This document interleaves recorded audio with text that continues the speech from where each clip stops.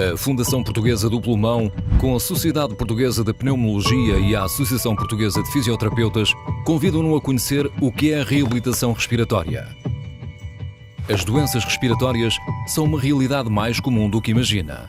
Seguidamente às doenças cardiovasculares e ao cancro, as doenças respiratórias são a terceira causa de morte em Portugal. 1 em cada 4 mortes são causadas por doenças respiratórias. Por outro lado, em Portugal, a esperança média de vida aumentou 10 anos desde 1960. Estima-se que em 2050, 1/3 da população tenha mais que 65 anos. Esta longevidade, associada ao consumo de tabaco, tem aumentado as doenças respiratórias nos últimos anos.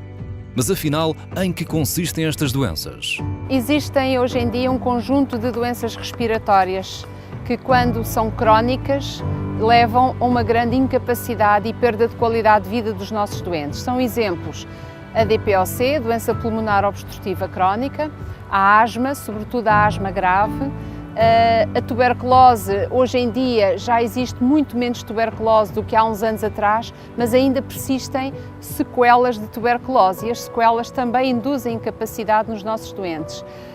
Outras doenças, as fibroses pulmonares, o cancro do pulmão nas suas diferentes fases, doenças do tórax com deformação da caixa torácica, a obesidade, que é hoje uma epidemia a nível mundial. Todas estas doenças levam a uma sobrecarga do ponto de vista respiratório e uma perda de qualidade de vida. A doença pulmonar obstrutiva crónica tem como principal causa o consumo do tabaco. É uma doença respiratória que causa a diminuição do calibre dos brônquios e a destruição do tecido pulmonar, bloqueando o fluxo de ar e tornando a respiração difícil. Quer dizer, há coisas que me custam muito fazer, que eu já não faço mesmo, como aspirar e esses trabalhos de casa mais que eu não consigo fazer mesmo. A maior dificuldade que eu tenho talvez seja para tomar banho e para me vestir. A evolução lenta e progressiva da DPOC leva ao atraso do diagnóstico, muitas vezes só sendo confirmado quando há necessidade de internamentos. Há quem pense que a asma e a DPOC são a mesma coisa, mas há diferenças. Ambas são de origem inflamatória, mas na asma a diminuição do calibre das vias respiratórias varia de dia para dia, enquanto que na DPOC esta diminuição torna-se persistente. A reabilitação respiratória diminui os sintomas dos doentes, melhorando a sua capacidade física. A nossa estratégia principal é a utilização do movimento, desde o ensino de um controle ventilatório, em que se pretende melhorar a capacidade que o doente tem de utilizar a sua respiração de uma forma mais eficaz, e no ganho da tolerância ao esforço, através de um exercício de endurance e mesmo do treino de força. O programa de reabilitação consiste, em primeiro lugar, na avaliação da doença. Quando um doente inicia um programa de reabilitação, deve ser avaliada a sua doença respiratória e a repercussão na sua vida. Na educação, de forma a ensinar aos doentes e seus cuidadores quais os sinais de alarme e as atitudes a tomar. Todo este ensino é feito de forma a capacitar o doente e a família para que eles próprios possam fazer em casa, no seu domicílio. Desta forma, o doente poderá manter uma vida ativa, social, poderá estar com os amigos, com a família, inclusive até alguns poderão trabalhar. Grande parte dos tratamentos respiratórios com medicamentos fazem-se por via inalatória, sendo essencial o bom treino desta técnica. Em casos mais graves, poderá ser necessário o recurso a oxigênio ou mesmo a ventilação domiciliária. As técnicas de fisioterapia respiratória também têm um papel fundamental. O ensino da tosse eficaz, técnicas de drenagem das secreções brônquicas, de controle ventilatório, de expansão pulmonar e treino dos músculos respiratórios são alguns exemplos. O treino com exercício físico focado nas atividades do dia-a-dia traz benefícios para a saúde. As consultas de nutrição são particularmente importantes nos doentes obesos ou muito magros, tal como consultas de psicologia clínica em doentes com sintomas como ansiedade e depressão. Por último, quando necessário, uma intervenção social em doentes cujo déficit económico impede a acessibilidade a um tratamento adequado. Aqui na fisioterapia ensinaram a respirar, porque a gente não sabe respirar. E ensinaram-me a tirar a expectoração, que é importantíssima. Tive um problema pulmonar, portanto um tumor, no qual retirei 2 partes do pulmão.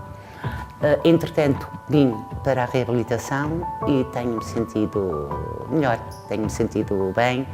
A terapeuta faz-me, eu digo massagens, portanto, é para ajudar a expandir o pulmão. Com as técnicas de expansão pulmonar, o pulmão readquire volume, recuperando algumas funções perdidas. Tal como a Dona Adelaide, doentes portadores de infecções respiratórias ou que sofram de derrame pleural também podem beneficiar da reabilitação respiratória.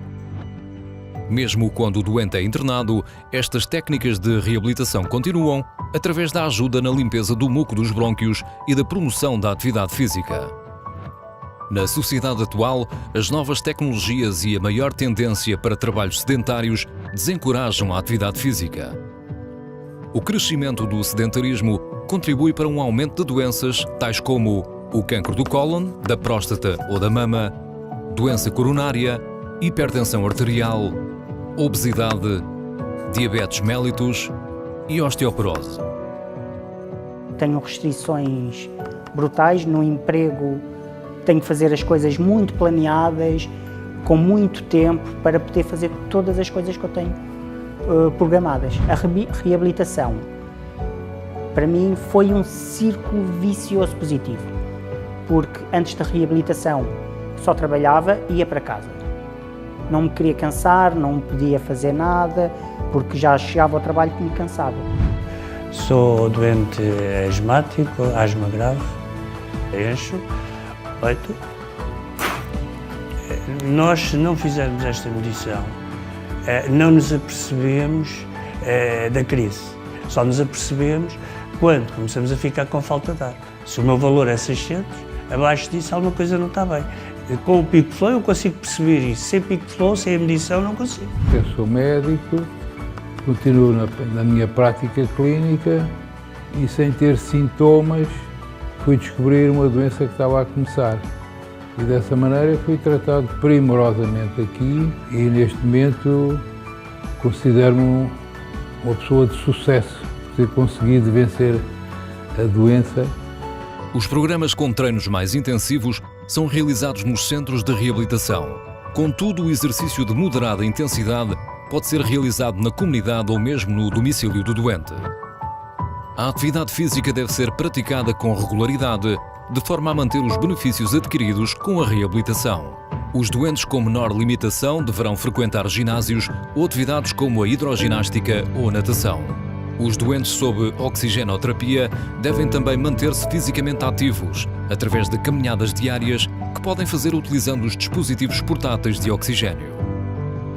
É uma ocorrência há 40 anos, eu faço ginástica há uns 30 com a professora Luísa. É preciso ter uma certa carolice para vir para aqui para a ginástica, porque eu ainda trabalho e venho às 6 horas para aqui. É o melhor que se pode fazer, aconselho a toda a gente, mesmo que não tenham asma, venham para a ginástica e dediquem-se e gostem de si. Retarda a morte. Por isso, ande mais a pé ou de bicicleta, suba as escadas, evite os elevadores, passeie o cão ou convide amigos para passear. Procure conselho médico para melhor escolher a atividade física que se adequa à sua situação clínica. A reabilitação respiratória ajuda-o a viver melhor. Dê vida aos seus pulmões.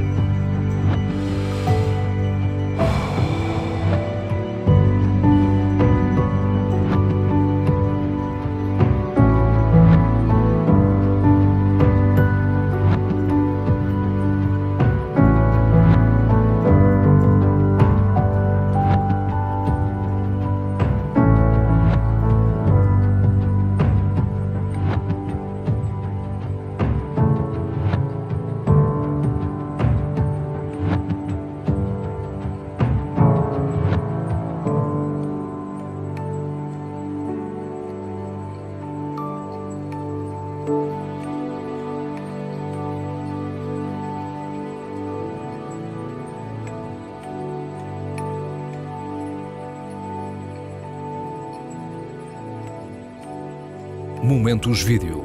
Produções audiovisuais.